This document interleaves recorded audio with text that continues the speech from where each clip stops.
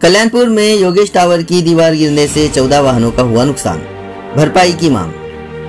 कल्याणपुर के काटेमनेवली नाके के पास एक बिल्डर की निर्माणाधीन इमारत की संरक्षण दीवार गिरने से पार्किंग में खड़ी 12 मोटरसाइकिल और 2 4 पहिया कार क्षतिग्रस्त हो गई है। यह दुर्घटना कल रात 1:30 बजे घटी। विशेष कोई जीवित हानि नहीं हुई। स्थानिक लोगों ने तथा कल्याणपुर की विधायक सुलभाताई गायकवाड़ ने घटनास्थल पर पहुंचकर नुकसान की भरपाई की मांग की तथा लापरवाही बरतने पर बिल्डर पर कार्रवाई करने की मांग शिवसेना ठाकरे गट के एक पदाधिकारी ने की।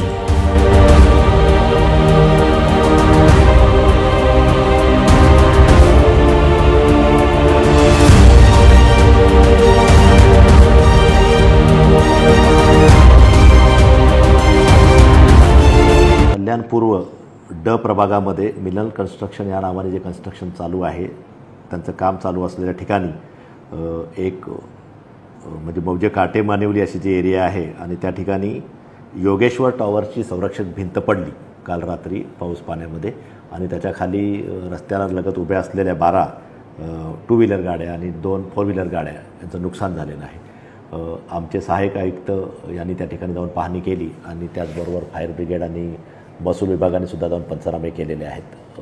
सहाय्यक आयुक्तांनी आमच्या नगररचना विभागाशी संपर्क साधलेला आहे आणि या विकासकावर काय कारवाई करता येईल या अनुषंगाने पत्र दिले आहे। कुठल्याही प्रकारचा सेफ्टी मेजर्स किंवा सेफ्टी नॉर्म्स न फॉलो केल्याने त्या ठिकाणी जी योगेश्वर टावरचा रिटेनिंग वॉल आहे ते त्या ठिकाणी कोसळलेला आहे।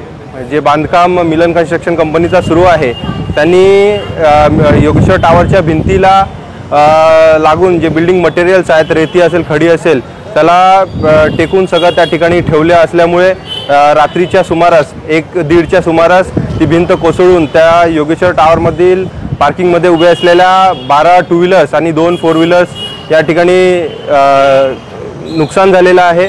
त्याचबरोबर ही घटना रात्रीच्या वेळेस घडल्यामुळे सुदैवाने कुठलीही जीवितहानी झालेली नाही आहे, परंतु या संबंधित सगळ्या प्रकरणावरती शिवसेना उद्धव बाळासाहेब ठाकरे पक्षाच्या वतीने आणि सोसायटीच्या सदस्यांच्या वतीने त्या ठिकाणी आवाज उठवण्यात आला।